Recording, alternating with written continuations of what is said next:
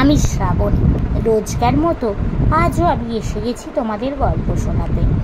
আমার এই চ্যানেলটিতে আমি তোমাদের রোজ বিভিন্ন ধরনের ছোট গল্প শোনাবার চেষ্টা করি। আজকে আমি তোমাদের লেখক ষষ্ঠীপদ চট্টোপাধ্যায়ের লেখা একটি ছোট ভূতের গল্প, যার নাম বিদেহী, এটি শোনাবার চেষ্টা করি। তো বন্ধুরা, তোমাদের প্রথমেই জানাই যে আমি একজন শারীরিক প্রতিবন্ধী। নিজের প্রতিবন্ধকতাকে ভুলে নিজের পরিচয় তৈরি করার লক্ষ্যে তোমাদের এই গল্প শোনানোর কাজটা শুরু করেছি। এই কাজে আমার সফল হতে গেলে তোমাদের সাপোর্ট খুবই দরকার। তো বন্ধুরা, তাই আমি তোমাদের রিকোয়েস্ট করছি, প্লিজ তোমরা আমার বলা গল্পগুলো স্কিপ না করে গিয়ে পুরোটা শোনো। আমার চ্যানেলটা সাবস্ক্রাইব করো, ভালো লাগলে লাইক করো, কমেন্ট করো ও একটু শেয়ার করে দাও। আর এখনও অবধি যেসব বন্ধুরা আমার চ্যানেলটা সাবস্ক্রাইব করেছো তাদেরকে ধন্যবাদ জানালাম। তো চলো তোমাদের আজকের গল্পটা শোনাই। বিদেহী, ষষ্ঠীপদ চট্টোপাধ্যায় মহাশয়ের লেখা। আজ থেকে 20-25 বছর আগে মিহিজামের প্রাকৃতিক সৌন্দর্যে একটা আলাদা আকর্ষণ ছিল। চারিদিকে ছিল ঘন সবুজের সমারোহ। ছোট ছোট টিলা পাহাড়ে ভর্তি ছিল জায়গাটা।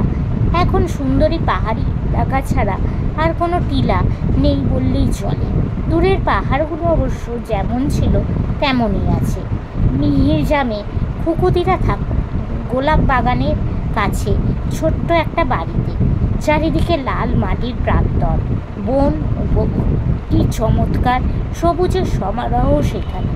সময়টা তখন ভাদ্র আশ্বিন মাস।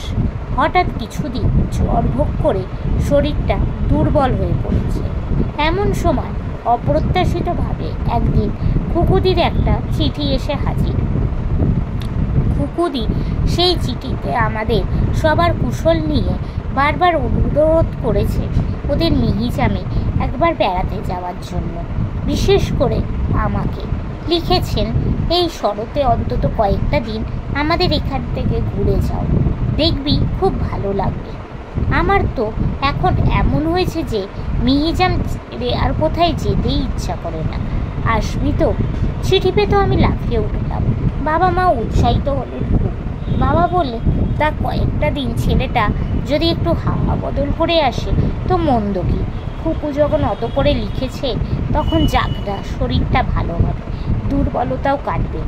মায়েরও অমত হলো না। অতএব যাওয়ার দিন ঠিক হলো। বাবার এক বন্ধু ছিল রেলের চেকার। উনি প্রায়ই চিত্তরঞ্জন মধুপুর হয়ে ঝাঁঝার দিকে চলে যেতেন।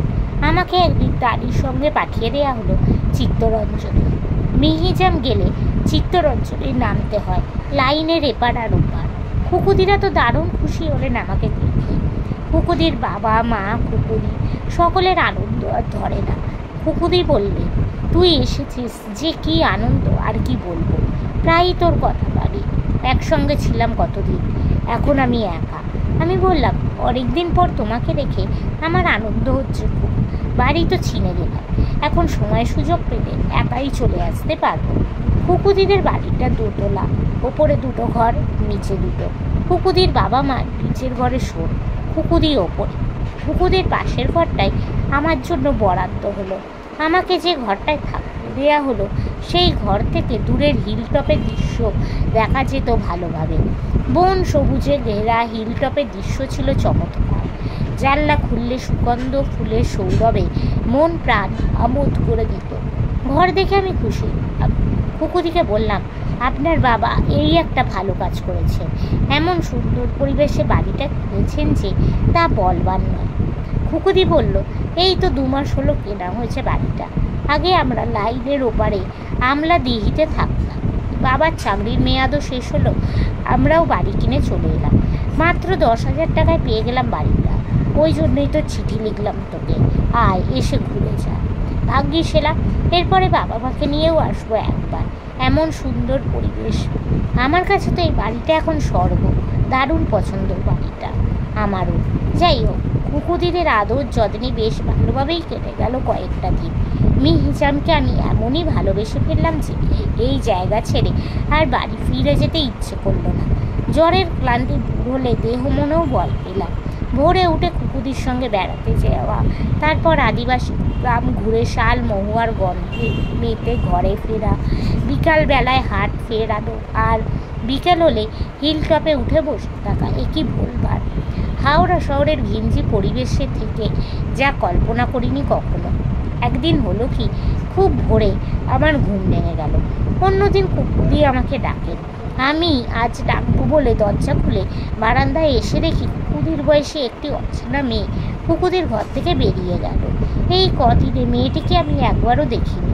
কে উনি? এত ভোরে কি করতে এসেছেন এখানে? মেয়েটি দারুণ সুন্দরী। এই আধো অন্ধকারে এত ভোরে কি করতে এসেছিলেন এখানে? মেয়েটি দারুণ সুন্দরী। এই আধো অন্ধকারেও তার রূপের ছটায় চারিদিক যেন আলো হয়ে উঠেছে। উনি আমার পা থেকে মাথা পর্যন্ত বিস্ময় ভরা চোখে একবার দেখে নিয়ে সিঁড়ি দিয়ে পেয়ে নিচে উনি আমার পা থেকে মাথা পর্যন্ত বিস্ময় ভরা চোখে একবার দেখে নিয়ে সিঁড়ি বেয়ে নেমে গেলেন। বিস্ময় আবার বড় কম হলো না। আমি কুকুদির ঘরের দরজায় টোকা দিতে ভেতর থেকে সাড়া দিলেন কুকুর। তারপর দরজা খুলে বেরিয়ে এসে বলি, ভাগ্যিস ডাকলি, তুই খুব ঘুমিয়ে পড়েছিলাম, এতক্ষণ কখনো ঘুমাইনি। আমি বললাম, উনুর কে কুকুদি? কার কথা বলছিস? একটু আগে জিবি আপনার ঘর থেকে বেরোলেন। আমার ঘর থেকে? কি যাতা বলছিস তুই? এই তো আমি ঘুম থেকে উঠলাম, দরজার খিল খুললাম। আমি তখন সব কথা বললাম কুকুদিকে। কুকুদি বললে, ঘুমের ঘরে স্বপ্ন দেখিসনি তো? না, যা দেখবার তা আমি স্বপ্নেই দেখেছি। কুকুদি বললেন, কি জানি বাবা, কি দেখেছিস তুই? নে, রেডি হয়ে নে, এই বেলা একটু ঘুরে আস। খুব মেঘ করেছে আকাশ, যে কোনো সময় বৃষ্টি হতে পারে। আমি কি আর বলার রাখি, সঙ্গে সঙ্গে রেডি হয়ে নিলাম। তারপর কুকুদির সঙ্গে গেলাম প্রাতঃভ্রমণে। ওই মেয়েটির ব্যাপারে আর কোনো কথাবার্তা না হলেও মনটা যেন কেমন খারাপ হয়ে গেল। আজ আমরা ব্রিজ পার হয়ে অন্যদিকে চললাম। আকাশে তখনও ভালোভাবে ফর্সা হয়নি। এক এক জায়গায় প্রাচীল ঘেরা একটি বাগানের ভেতর থেকে অসংখ্য চাপা ফুল ফুটে থাকতে দেখে খুব লোভ হলো আমার। কুকুদি বললেন, চাপা ফুল আবার দারুণ প্রিয়। আমাদের বাগানেও গাছ আছে, কিন্তু এর গন্ধটা যেন অসাধারণ। এই ফুল কি করে পাই বলতো? আমি বললাম, ভেতরে যেন কাদের কথাবার্তা শোনা যাচ্ছে, নিশ্চয়ই ঢোকার কোনো রাস্তা আছে। আমার কথা শেষ হওয়ার সঙ্গে সঙ্গেই দেখলাম একদল মেয়ে কলকল করতে করতে পাঁচিলের একটা ভাঙা অংশ দিয়ে বেরিয়ে আসে। ওরা বেরিয়ে এলে আমরাও ঢুকলাম। কুকুদি আঁচল ভরে ফুল নিতে লাগলে। আমি একপাশে একটি গোলঞ্চ গাছের গুঁড়িতে ঠেস দিয়ে দাঁড়িয়ে রইলাম। হঠাৎ দেখি একটু আগেই বাড়িতে দেখার সেই মেয়েটি কুকুদির পাশে পাশে থেকে তাকে ফুল কুড়িয়ে চলেছেন। কুকুদি তাকে লক্ষ্য না করলেও উনি কিন্তু মাঝে মাঝে আর চোখে তাকিয়ে দেখছেন আমার দিকে। এমন সময় টপ টপ করে দু একটা বৃষ্টির ফোঁটা আমার গায়ে পড়লো। আমি বললাম, কুকুদি আর নয়, চলে এসো, না হলে আমরা ভিজে যাব। কিন্তু কুকুদি আমার কথা শুনলেন না, ভিজে ভিজেও ফুল কুড়িয়ে চললেন। বৃষ্টির জল গায়ে পড়তেই সেই মেয়েটি যেন ম্যাজিকের মতো উধাও হয়ে গেল। আমি কাছে গিয়ে কুকুদির হাত ধরে টান দিতে কুকুদি যেন স্বাভাবিক হলেন। বললেন, এ হে, তুই একেবারে ভিজে গেছিস যে, জ্বর এসে থেকে সবে উঠেছিস, আয় ভগবান। আমি ভয়ে ভয়ে বললাম, কুকুদি সেই মেয়েটা? কার কথা বলছিস তুই? সেই যাকে তোমার ঘর থেকে বেরিয়ে আসতে দেখেছিলাম। কোথায় সে?